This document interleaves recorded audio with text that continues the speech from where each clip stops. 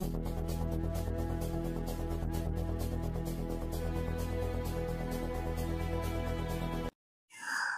subire ndabaha ikaze mwese nshuti banywanyi bacu mukunda kandi makurikira amakuru n'ibiganiro dutambutsa kuri isheni ya nyumwe rudini ya Isange TV, isheni ibashikiriza amakuru ndetse n'ibiganiro biba bigezweho kandi biba vyakura amatohoza mu rurimi rw'ikirundi. Ndabaha ikaze rero mu makuru yacu yo mw'iri joro, hakaba ari amakuru na cane cane araza gushimikira ku ngingo nkuru zikurikira. Turaza kurabira hamwe imwe mu mitego ya Liyetona Koloneli Banyezako, tuze kuraba ukuba uvugana n'abavuga ko bafise ikiroberi ntugende udafashwe ngo biba bigoye. Turaza kugaruka ku mayeri akoreshwa n'uyu mu koloneli. Turaza kandi no kunyarukira mu yandi makuru mu Burundi, aho butanyerera kw'igenekerezo rya 11 Munyonyi w'umwaka umucamanza hapfunzwe ku karenganyo ka Procureur General Parquet General ya Ngozi. Aya makuru nande yose ni mu kanya ku buryo bw'idonido turagaruka tuyabashikiriza. Reka dutangurire amakuru yacu ku buryo bw'idonido ku bijanye n'imitego ya Liyetona Koloneli Banyezako. Hari abantu benshi cane bamaze igihe banyuruzwa bakaburwa irengero. Iyo ngendo yarakomeye cane uyu mwaka. Hari kandi abatari bake banyurujwe inyuma y'imisi bari bamaze bavugana n'abavuga ko bafise ikiroberi. Ico benshi batazi ni ingene iperereza ririko rirakoresha uwo mutego w'ibiroberi mu kumara abantu. Kw'isonga ry'abatega uwo mutego hari Liyetona Koloneli Noel Banyezako wo mw'iperereza rya gisirikare. Hano turabasangiza amakuru dufise kuri uyu musirikare. Mbega Noel Banyezako ni muntu ki?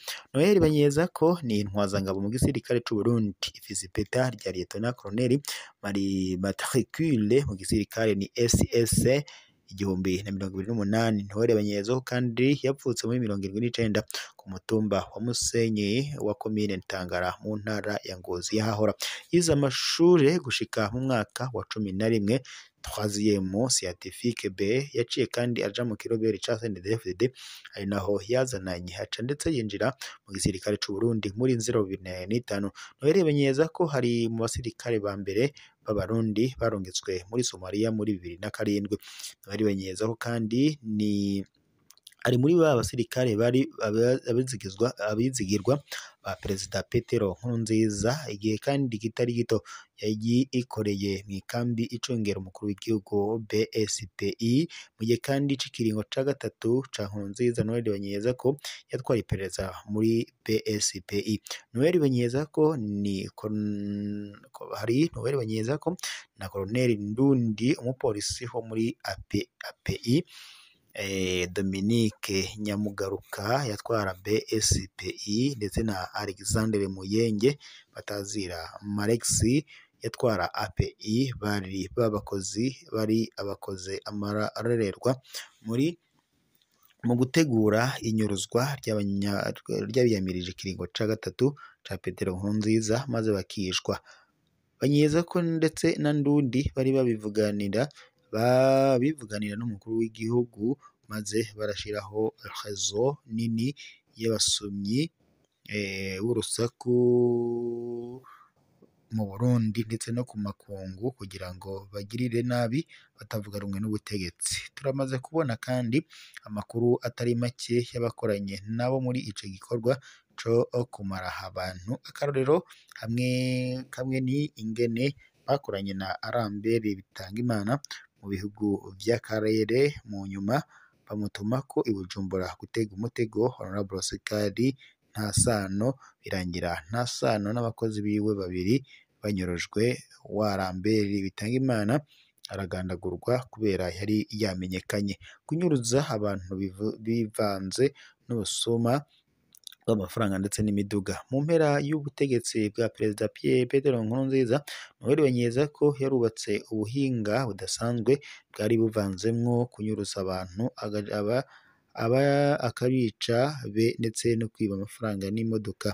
Yari afise abahoze mu gisirikare ca kera bakorana, akabasaba kurondera abavuga ko bafise imihari y'ikiroberi bakabemeza ko ko hari ibigwanisho bagurisha.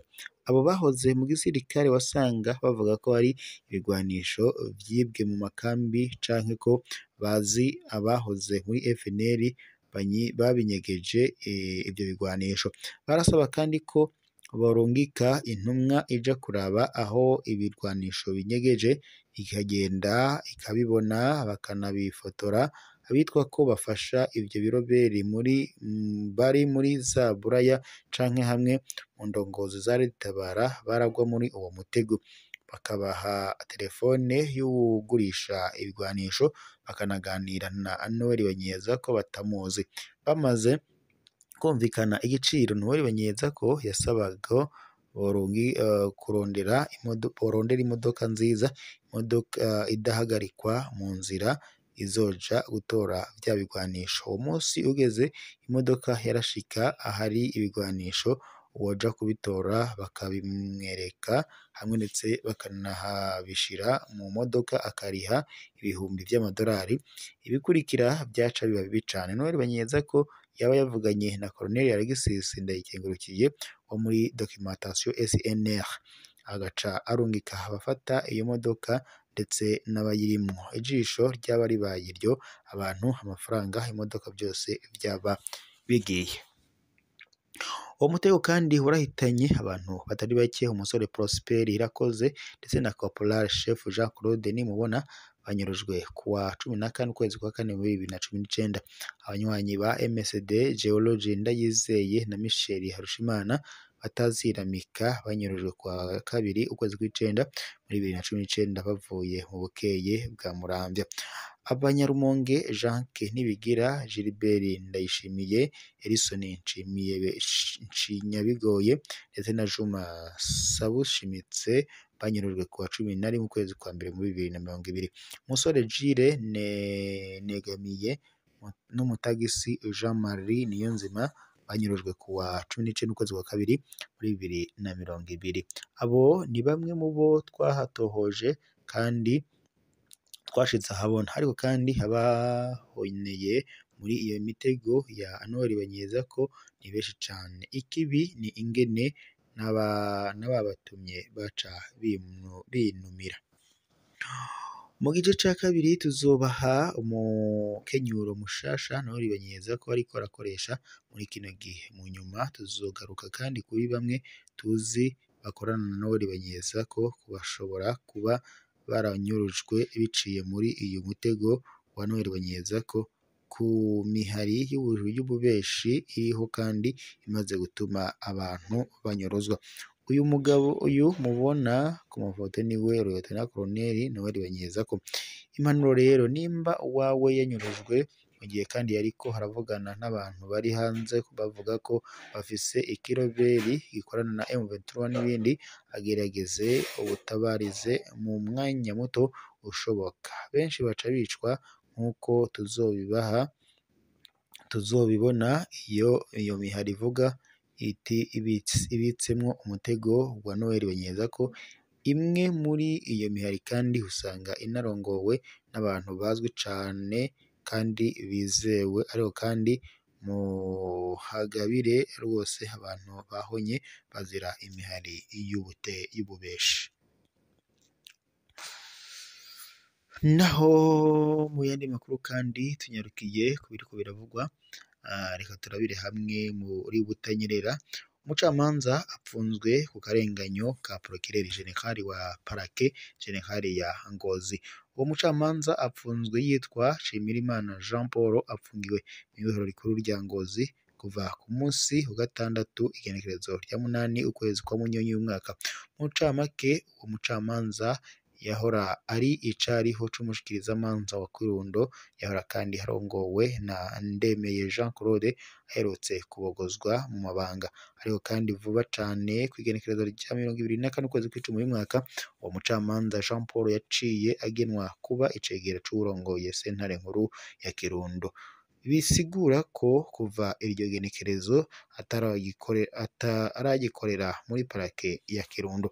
Ariko kandi imbere yaho hari abanyagihugu batatu baho mu Kirundo bari bazanwe gupfungwa n'abakozi b'iperereza baho mu Kirundo nyene, babashira mu gasho ka parake ya Kirundo, aho ngo hari mu kwezi kwa 10 uyu mwaka, ariko kandi abo bakozi b'iperereza ntibigeze bagaruka ngo bagire ico babagiriza abo banyagihugu kugira ngo bumvirizwe n'abacamanza. Bisigura ko abo banyagihugu bagumye bapfunzwe ata dosiye bafise. Mu nyuma kandi muri parake ya Kirundo harabaye impinduka. Prokireri wa Kirundo Ndemeye Jean Claude yarabogojwe mu mabanga kw'igenekerezo rya 24 ukwezi kw'icumi uyu mwaka, aca asubirizwa na Prokireri Hashakimana Silver. Aho rero byumvikana ko izo mpinduka zabaye b'abanyagihugu bazanwa n'abakozi b'iperereza bagipfungiwe muri ka gasho. Niho rero byagaragara ko abo banyagihugu bakwiye kurekurwa kuko nta dosiye bari bafise. Umucamanza Nshimirimana Jean Paul yaciye abimenyesha Prokireri mushasha Hashakimana Silver, nawe amubwira ko nimba biruko yobarekura. Umucamanza Jean Paul yaciye arekura ba banyagihugu batatu barataha kw'igenekerezo rya 27 ukwezi kwa 10 uyu mwaka. Inyuma yaho rero kw'igenekerezo rya 28 ukwezi kwa 10 uyu mwaka niho Prokireri Generali wa parake Generali ya Ngozi Bigirindavyi Evariste yaca atumako wa mucamanza Jean Paul ndetse na Prokireri mushasha Silveri ababaza kuri abo banyagihugu barekuwe.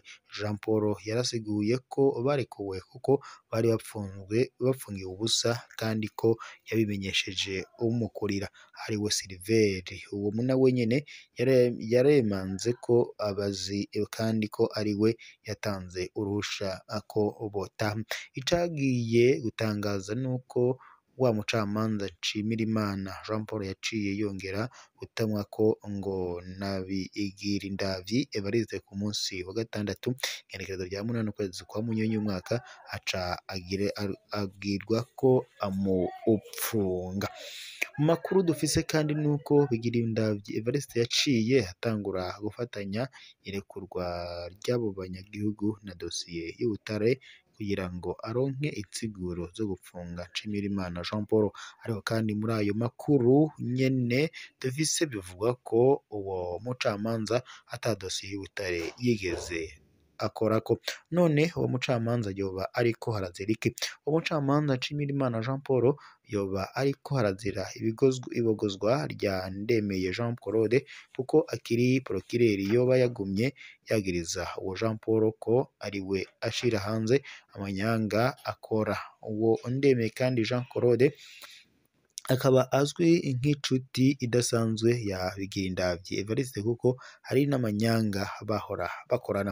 Kuva rero Ndemeye Jean Claude abogojwe yaciye ahunga igihugu, ariko kandi yagumye avugana mw'ibanga na Bigirindavyi Evariste ukuntu bopfungisha uwo mucamanza Nshimirimana Jean Paul ngo kuko ari we yamwangaje nkuko biri mu makuru y'ibanga dufise. Ivyo rero vyahavuye kandi bikunda bafatiye kuri iryo rekurwa ry'abo banyagihugu bari barekuwe na Nshimirimana Jean Paul.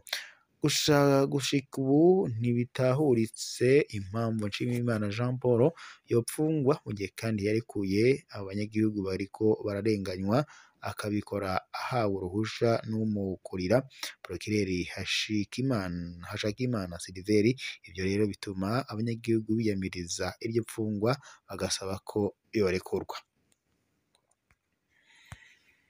Ngivyo rero ivyari biriko biravugwa mw'iri joro mu makuru yariko aravugwa mu bisata bitandukanye. Reka tube tubashimira makuru n'ibiganiro twego tubashikiriza kuri iyi saha. Turaza gusubira n'ubundi mu makuru araza kuba agezeko.